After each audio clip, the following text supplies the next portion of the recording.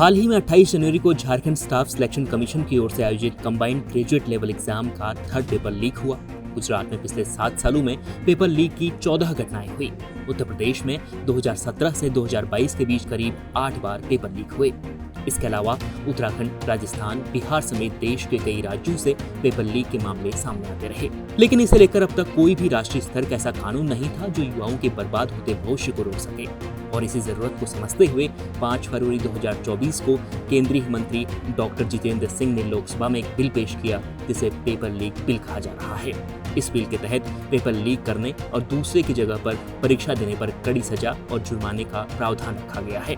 Bill के नियमों के मुताबिक पेपर लीक करने वाले दोषी को 10 साल की सजा और 1 करोड़ रुपए का जुर्माना लगाया जा सकता है। साथ ही दूसरे कैंडिडेट के स्थान पर परीक्षा देने पर भी कड़ी सजा का प्रावधान रखा गया है।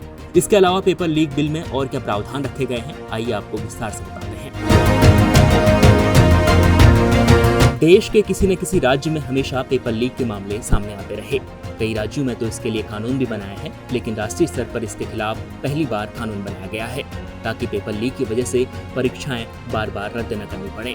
केंद्र सरकार ने पेपर लीक मामलों को गंभीरता से लेते हुए 5 जनवरी को लोकसभा में सार्वजनिक परीक्षा विधेयक 2024 पेश किया है। इस बिल के मुताबिक अगर पेपर लीक करने में कोई दोषी पाया जाएगा तो उसे 10 साल की सजा और 1 करोड़ का जुर्माना लगाया जा सकता है।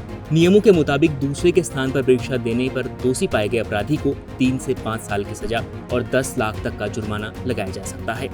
वहीं अगर पेपर लीक और नकल के मामले में कोई भी संस्थान दोषी पाया गया तो उससे परीक्षा का पूरा खर्च वसूला जा सकता है। साथ ही उसकी सारी संपत्ति भी जब्त की जा सकती है।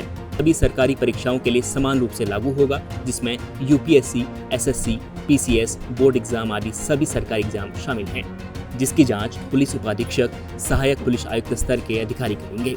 News report इंडिया.com।